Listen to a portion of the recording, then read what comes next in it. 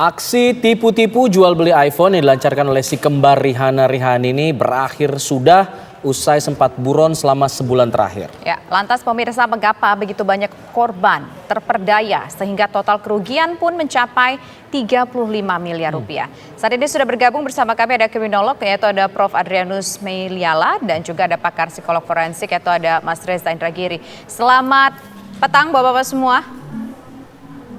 Selamat petang. Assalamualaikum. Waalaikumsalam warahmatullahi wabarakatuh. Pertama saya ingin ke Prof. Adrianus terlebih dahulu. Kenapa kalau kita melihat begitu banyak sekali korban yang gampang dikelabui dengan modus penawaran jadi reseller iPhone ini? Pak Adrianus. Saya kira tidak benar juga bila dikatakan gampang ya. Dalam dunia jasa, maka terdapat yang namanya trust atau kepercayaan. Kepercayaan itu juga bukan karena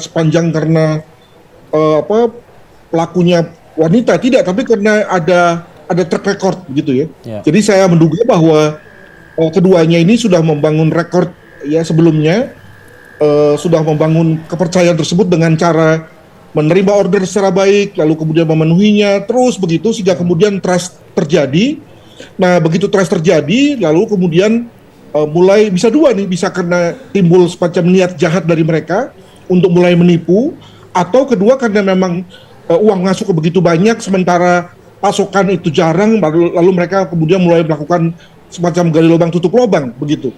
Nah barulah kemudian terjadi penipuan yang lalu kemudian akumulatif sehingga kemudian mencapai jumlah yang sungguh fantastis sampai mencapai 35 miliar.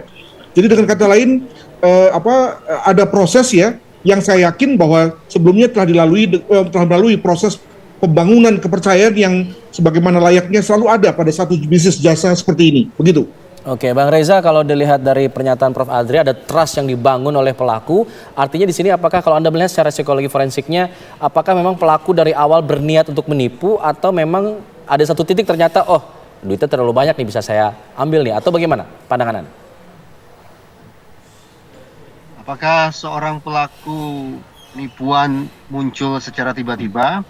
Melancarkan aksi secara impulsif ataukah aksinya terencana? Demikian kemasan pertanyaannya kalau saya ubah. Saya cenderung untuk berasumsi bahwa pelaku kejahatan adalah mereka yang belajar. Dengan kata lain, menjadi pelaku kejahatan sesungguhnya adalah harus belajar. Dengan rangka berpikir sedemikian rupa, saya ingin mengatakan bahwa aksi tipu-tipu semacam ini bukanlah sebuah perbuatan impulsif, bukanlah sebuah perbuatan yang tidak direncanakan, tapi justru sebaliknya. Ini merupakan sebuah kejahatan yang terorganisasi dengan baik, ada kerjasama tim yang solid, dan sekaligus kemampuan mereka membaca kelemahan psikologis para calon korban. Sayang beribu sayang, di kepala jutaan umat manusia ada bias berpikir yang diistilahkan sebagai hindsight bias. Bias berpikir ini ditandai oleh kecenderungan manusia bahwa daripada berpikir-pikir terlalu lama tentang resiko buruk, mengapa tidak secepat mungkin berpikir tentang konsekuensi positif? Dengan kata lain, manusia cenderung untuk overestimate, untuk berlebihan menilai dirinya sendiri. Bahwa dalam sebuah situasi yang serba spekulatif, manusia akan yakin terhindar dari bahaya, mengatasi segala resiko, menutup segala lubang kelemahan. Nah, hindsight bias macam itulah yang barangkali juga dibaca oleh para pelaku penipuan yang saya yakin sekali lagi melancarkan aksinya secara terencana. Oke, nah sekarang saya ingin ke Pak Adrianus. Kalau kita lihat kan ini pelakunya adalah kakak beradik.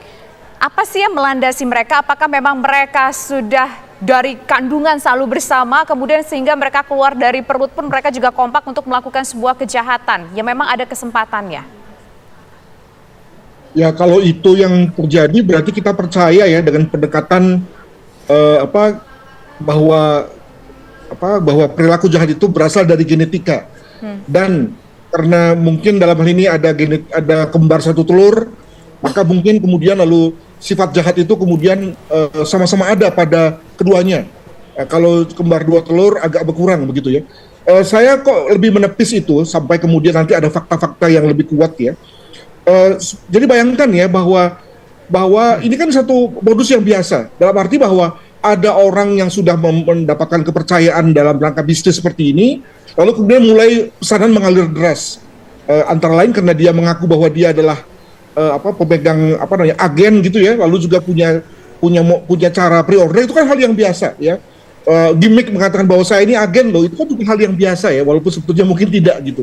Nah, orderan banyak, tapi kemudian barang nggak datang, barang dia nggak punya, ya.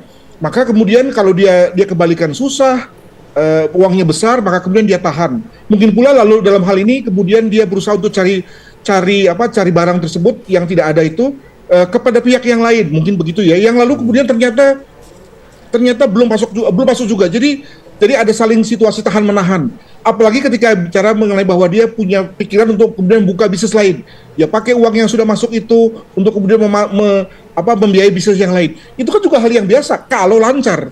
Nah, begitu mulai tertahan, mulai macet, nah lalu kemudian di pihak lain orang sudah mulai menagih barang yang sudah dikirimi transfer awal, maka mulai panik lah ya, lalu mulai jatuhlah dia pada konteks penipu. Jadi saya pikir jangan dulu kita berpikir bahwa pelakunya perempuan, kembar ya, sebab pada dasarnya hal ini bisa terjadi pada siapa saja ya. Mungkin sekali memang dalam hal ini kalau misalnya dia yang bersangkutan punya kecenderungan jahat akan lebih cepat, tetapi kita belum tahu sampai kemudian nanti ada fakta-fakta yang menyatakan demikian. Oke, tapi kalau kita melihat jumlah nilai uangnya yang begitu besar, 35 miliar rupiah untuk mendistribusikan ponsel begitu, apakah ini menjadi satu hal yang baru begitu di dunia kejahatan semacam ini, Prof? Jangan lupa bahwa barang yang dia perdagangkan kan bukan barang murah juga ya. iPhone itu kan sekitar berapa? 15 juta. Jadi kalau bicara mengenai tadi jumlah pelanggannya yang mencapai ratusan orang, maka kalau dikali-kali sebetulnya wajar juga, karena kita bicara mengenai bahwa para pemesannya itu akan reseller ya, akan menjual lagi. Tentu sebagai penjual lagi dia akan memesan tidak hanya satu dong, tidak hanya dua, tapi mungkin 10, 20 agar kemudian cukup margin benefit yang diperoleh dari si penjual itu dalam rangka menjual ulang. Nah, jadi uang yang masuk ke dalam rekening dari kedua orang ini cukup banyak. Nah, tadi ternyata kemudian dia tidak punya barang itu untuk kemudian dikirimkan kembali. Nah, macet lah begitu ya, sehingga kemudian lalu uangnya tertanam. Nah, tadi betul bahwa mungkin sekali pada waktu dia sudah terima uang itu, sudah mulai ada pikiran yang kedua, ketiga untuk kemudian menyalahgunakan uang itu. Mungkin begitu.